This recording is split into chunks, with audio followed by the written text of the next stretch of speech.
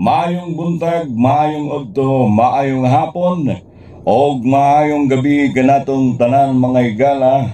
Niya napunta sa atong panag-uban nining taknaa, aron pagahisgutan na sab nato ang mga panghitabo sa atong nasod. Kini bitaw pagdumala sa administrasyong BBM, mao ni karon ang atong kanunay pagahisgutan tungod kay akong nakita mga higala na di na maayo ang pamamalakad sa atong gobyerno. Pero unya magtinagalog ta aron na masabtan usab sa atong mga kaigsuon ng Tagalog. So welcome din sa akong channel mga higala, mga kaigsuonan, mga silingan kong Bisaya, labi na sa akong mga silingan diha sa Surigao. Kumusta? Welcome din sa akong channel Istoryahe Kubay. Ingon pa sa mga tambaluslos na gobyerno nga kitang taga Mindanao, ayuda lang daw ang katapat sa atin. Sa Bisaya pa og sa laktod nga pagkastorya nga kitang taga Mindanao ay mga mukhang ayuda. So magtinagalog na ta mga kaigalaan aron nga masabtan pud ta sa atong mga kaigsoonang di kasabot og Bisaya. Bueno mga higala, mga kababayan, mga kaibigan, kumusta? Maligayang pagkikinig dito sa aking channel Istoryahe Kubay. Ito po si Bimbo Batikan Sumipo. Kumusta sa ating mga kababayan dyan sa Luzon, Visayas at Mindanao, at sa ating mga kababayang OFW sa buong mundo. Naway ang bawat isa ay patuloy na pinagpapala at ginagabayan ng ating Panginoon. Sa oras mong ito, pag-uusapan natin mga kababayan ang mga kaganapan sa ating mahal na bansa. Ito bang nagkalat na isyu ngayon sa social media kung paano ginagastos ng mga tambaluslos sa gobyerno ang pera sa kaban ng bayan? Mga kababayan, usap-usapan sa social media ang pag-delete ng post mula sa Philippine Embassy ng Brunei patungkol sa pagbisita ni House Speaker Romualdez sakay sa isang private jet mula Amerika papuntang Brunei. Pero bago natin pag-usapan, ito munang pinagmamayabang ng administrasyon sa pamimigay nila ng ayuda sa taong bayan. At tandaan po natin mga kababayan, itong ayudang ito ay may budget na 500 billion pesos. Sabi ng mga tambaluslos sa administrasyong BBM na ayuda lang ang katapat sa mga taga Mindanao. Mga taga Mindanao, totoo ba yan na ayuda lang ang katapat sa atin? Isali ko na mga kababayan ng aking sarili dahil ako ay isa ring taga Mindanao. At hindi ako papayag mga kababayan na sabihin ng mga tambaluslos sa gobyerno na tayong mga taga Mindanao ay ayuda lang ang katapat. Sa diretsuhang pagkasabi mga kababayan, tayong taga Mindanao ay mga mukhang ayuda. Papayag ba kayo mga taga Mindanao na sabihin ng mga tambaluslos na tayong taga Mindanao ay ayuda lamang ang katapat? Kasi mga kababayan, sa lumabas na bagong survey, ang rating ng administrasyong BBM, si BBM at Romualdez ay halos mag-negative na ang result sa rating dyan sa Mindanao.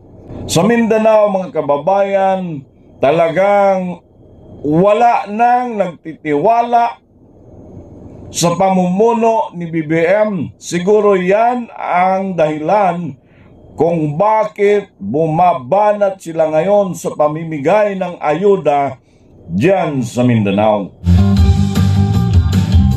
Ito lang ang masasabi natin, mga kababayan. Hoy, mga tambaloslos sa gobyerno. Kaming taga Mindanao ay sanay kami sa simpleng pamumuhay. Sanay kami na mamuhay na hindi magara. Ang hinahanap namin, taga Mindanao, ay isang good governance. Ayusin nyo ang serbisyo ninyo sa taong bayan, katulad ng serbisyo na binigay ni Tatay Digong noong panahon na siya pa ang naging Pangulo ng ating bansa. Hindi kami hanga, hindi kami hangol sa mga ayuda ninyo. Ang hinahanap naming taga Mindanao ay isang good governance, isang pamumuno na tulad sa pamumuno ni Tatay Digong. Kung kaya nyo pang higitan, mas maganda kung higitan pa ninyo ang magandang pamumuno ni Tatay Digong. Yan ang hinahanap ng taga Mindanao, at hindi lamang taga Mindanao kundi buong Pilipinas. Ito ang hinahanap ng taong bayan, ito ang hinahanap ng sambayanang Pilipino, ang isang magandang pamumuno sa ating bansa. Sa laktod nga pagkasulti, wa mi mahangol sa inyong ayuda. Mga tambaloslos na nasa gobyerno, kung gusto ninyong tumulong sa mga mahihirap, wag yang ayuda ninyo. Dahil 3 linggo lang, mauubos na yan.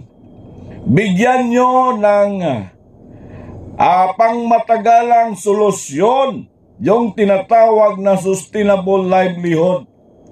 Yung pangkabuhayang pangmatagalang solusyon sa kahirapan na naranasan ng taong bayan. Yun po ang hinahanap-hanap ng taong bayan. Hindi nyo nga maibigay yung pangako ninyong 25 per kilo ng bigas. Bigyan nyo ang ating mga kababayan ng sustainable livelihood. Yung pangmatagalang pangkabuhayan para masulba ang kahirapan. Mabigyan ng solusyon ang kahirapan ng sambayanang Pilipino. Alam namin na ang 500 billion pesos na budget sa ayuda ninyo ay kapiranggot lamang ang mapunta sa taong bayan. Mas malaki ang maiwan sa mga kamay ninyo. At saan mapunta ang pera na yan? Kayo na po ang bahalang maghusga, mga kababayan. So huwag niyong ipagmalaki ang ayuda dahil pera yan ng taong bayan. Hindi nyo pera yan. Alam nyo, mga kababayan, ang Mindanao ay may malaking naiambag sa ekonomiya ng ating bansa dahil ang mga produktong pang-export na mula sa Mindanao ay isang malaking impact upang matulungan na umangat ang ekonomiya sa ating bansa. Kaya wag nilang sabihing ayuda lang ang katapat ng ating mga kababayan dyan sa Mindanao. Mga kababayan, si Tambaloslos Romualdez ay isang congressman din sa isa sa mga probinsya na matawag nating mahirap na probinsya sa ating bansa. Sa distrito ng mga Romualdez, mga kababayan, dyan sa Leyte, ito ang narinig ko mula sa comment ni Vice President Sara Duterte nung sila ay dumaan sa Leyte by land. Sumakay sila ng sasakyan by land, dumaan sila sa Leyte, mga kababayan. Sabi pa ni VP Sara Duterte, hindi siya makatulog. Hindi siya makatulog sa biyahe dahil ang mga kalsada dyan sa Leyte ay mga lubak-lubak. Pero saan ba nakatira si Tambaloslos, mga kababayan? Sa Forbes Park, isa sa pinakamahal na lugar sa Pilipinas. At gaano katotoo na mula sa US papuntang Brunei, naka-private jet si Tambaloslos at iba pang mga politiko ng ating bansa. Magkano ba ang halaga sa isang private jet mula US hanggang Brunei, mga kababayan? Ito ngayon ang trending sa social media na kung saan dinilit, mga kababayan, ang post Philippine Embassy ng Brunei. Ganon kayo magsayang sa pera sa kaban ng bayan. Mga kababayan, ngayong buwan June, ngayong buwan na ito, magdadalawang taon pa pala ang administrasyong BBM. Pero halos 25 trips na, 25 na biyahe ang kanilang ginagawa. Mga kababayan, halos buwan-buwan pumupunta sa ibang bansa ang ating Pangulo. Siyempre, pera ng taong bayan ang ginagamit sa mga biyahe ng isang Pangulo ng bansa. Dahil sila ay representante ng ating bansa. Of course, pagdating sa ibang bansa ay nakatira yan sa mga 5-star hotel. Kung may 7-star hotel, nakatira yan sa 7-star hotel. At kaninong pera ang ginagamit? Pera mula sa kaban ng bayan. Gaano kalaki ang gastos na pera pag ang isang presidente ay bumibiyahe papunta sa ibang bansa? Ang tanong ngayon, mga kababayan, ano bang napala ng taong bayan sa mga biyahe na ginagawa ng ating presidente? Meron bang mga investors ang nagbuhos ng negosyo at pera sa ating bansa? Meron bang mga negosyante na naengganyo nila para mag-invest ng puhunan at negosyo sa ating bansa?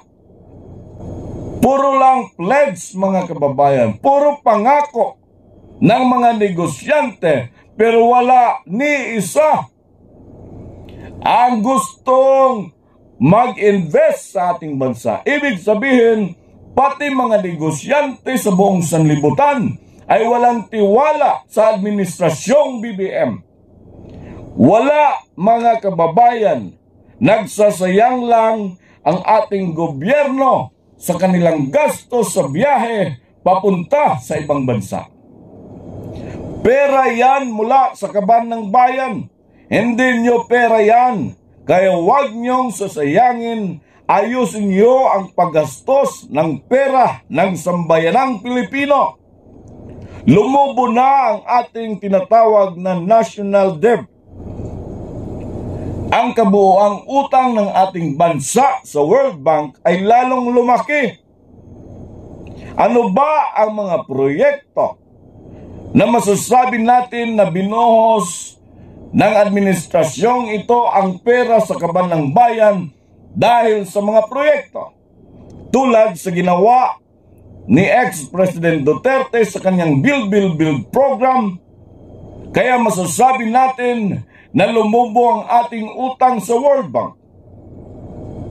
Siguro sa panahon ni ex-President Duterte, maintindihan natin kung ganon man lang na tayo ay nagkautang sa World Bank ng malaking halaga dahil sa panahon ni ex-President Duterte ay merong COVID-19. Malaki ang gastos sa pagsugpo ng COVID-19, mga kababayan. At marami pang mga infrastruktura ang nagawa ni Tatay Digong. Pero hindi ganon kalaki ang ating utang sa World Bank. Sa administrasyong BBM, mga kababayan, magdadalawang taon pa lamang pero lumubo na ang ating utang sa World Bank. Wala naman silang ginagawang malalaking infrastruktura. Meron ba silang ginawa na mga proyekto tulad sa ginawa ni Tatay Digong? Ibig sabihin, mga kababayan, wala sa maayos na paggasta ang administrasyong ito sa pera sa kaban ng bayan. Pinaparamdam, mga kababayan, ni BBM ang silent martial law. Itong tinatawag na silent martial law ay pamamaraan, mga kababayan, na kung saan ginigipit ang kalayaan, ang demokrasya ng sambayanang Pilipino.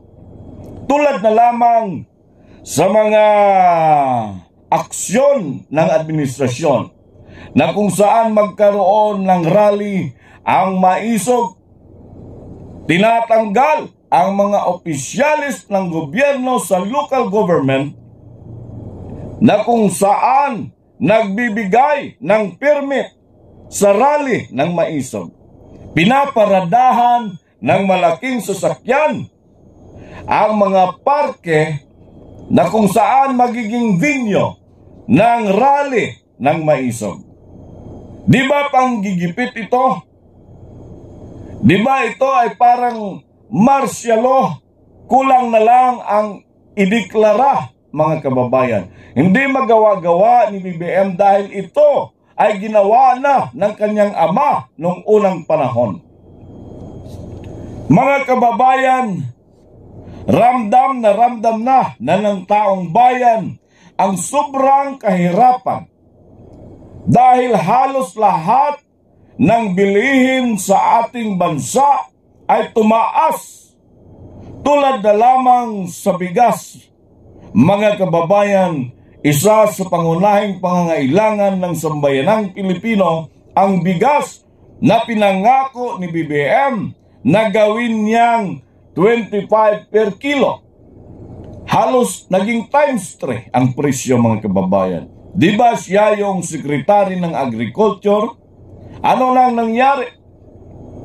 Bakit laganap pa rin sa ating bansa ang rice smuggling? Tapos ngayon, pag initan nyo si BP Sara bilang Secretary ng DepEd na kung saan, mga kababayan, naging top 1 sa survey rating sa performance agency ng ating gobyerno. Bakit nila pinag-initan si BP Sara? Dapat maging proud sila na sa administrasyong BBM meron silang Vice President na naging top 1 sa rating.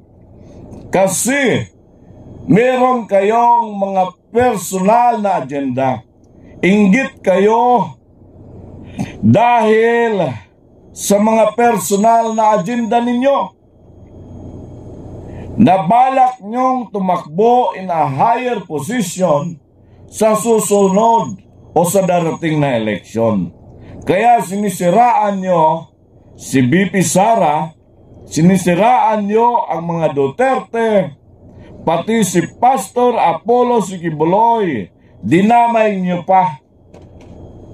Ang kakapal ng mga mukha ninyo. Mga kababayan, ito ang masasabi ko, ang kakapal ng mga mukha ng mga taong ito. Bago kayo nanalo sa eleksyon, Mr. President BBM, pinagamit ni Pastor ang SMNI para doon mo ihayag sa buong sambayanang Pilipino ang inyong mga plataforma, para doon mo iparinig. Isang platform ng SMNI ay pinagamit ni Pastor sa'yo para doon mo i-explain sa taong bayan ang inyong mga plano sa ating bansa. Pero ngayon na ikaw ay nasa posisyon na sa Malacanang bilang Pangulo ng ating bansa, ano ang sukli na binigay nyo kay Pastor? Tinanggal nyo ang prangkisa ng SMNI at hanggang ngayon ay nasa floating status. At binuhay nyo ang matagal ng patay na kaso sa alleged cases ni Pastor Apollo Sigibuloy.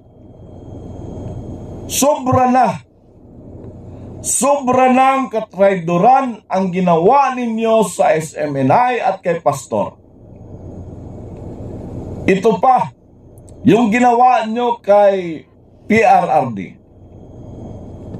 Pinalibing ni Tatay Digong ang iyong ama sa libingan ng mga bayani na kung saan matagal nang nakahimlay sa inyong bahay diyan sa North Luzon.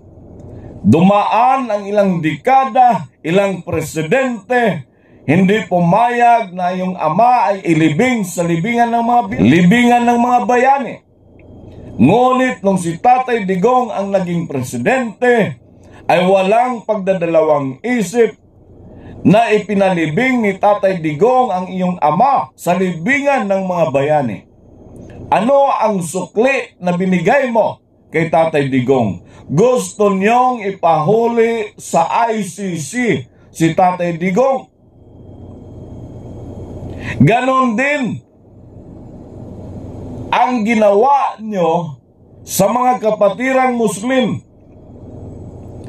Si Chairman Normie Suare noong panahon ng candidacy or election, mga kababayan, nagbitaw ng salita patungkol sa mga Marcos na ang kasalanan ng ama ay hindi pwedeng mamanahin ng anak. Pinagtanggol ni Chairman Normie Suare si BBM. Full support ang binigay ni Chairman Normie Suare kay BBM noong panahon ng election. Anong kapalit? Sabi ng leader ng MNLF na ginigipit ang kanilang chairman. At nakaraang araw, mga kababayan, nakita ko sa balita ay pinilit na buksan ang gate sa pamamahay ni Chairman Normie Suare. Binumba, mga kababayan, para mabuksan ang gate sa pamamahay ni Chairman Normie Suare. Nung nakita ko, mga kababayan, ang balita, anong kaso, anong dahilan? Graft. Mga kababayan, marami din tayong mga politiko na nasa posisyon na may kasong graft, pero bakit sila ay nakaupo pa rin? Nakaupo pa rin sa posisyon. Dapat pantay-pantay, dapat patas ang kanilang pagpatupad ng batas. Hindi nila pinipili, mga kababayan, kung sino lamang yung gigipitin. Dapat lahat ng may kasong graft alisin sa posisyon. So mga kababayan, talagang pangit na ang takbo sa pamamalakad ng ating bansa. Kung sa isang sasakyan, mga kababayan, masasabi ko na parang ang isang sasakyang ito ay flat na yung tatlo. Isa na lang ang may hangin. Yung tatlong gulong ng sasakyan ay flat na. Isang gulong na lang ang may hangin. Kaya tagilid na patuwad ang takbo ng ating bansa. So yun ang nakikita ko, mga kababayan, sa pamumuno ng administrasyong BBM. Kaya huwag tayong manahimik. Dapat tayong makialam. Kahit sabihin nating mga OFW tayo at hindi tayo gaanong apektado sa nangyayari sa ating bansa, alalahanin natin na isang araw uuwi din tayo sa ating mahal na bayan. Kaya tayo magkaisa, makiisa sa ating mga kababayan na naghinagpis sa kahirapan na nararanasan dyan sa Pilipinas. So maraming salamat. Hindi ko na pahabain pa ang aking sasabihin. Naway patuloy tayong makiisa at magkaisa upang ang ating bansa ay magkaroon ng pag-unlad, kapayapaan, kaunlaran at katahimikan. Maraming salamat sa inyong pakikinig. Yung hindi pa nakapag-subscribe sa aking channel, please subscribe. Click the notification bell, like and share. Itong ginagawa natin ay tumutulong tayo para sa nation building. Tumutulong tayo para ituwid ang mga mali na pamamalakad sa ating gobyerno. Maraming salamat po. Ito po si Bimbo Batikan Sumipo. Dito sa ating paboritong channel, Istoryahe Kubay.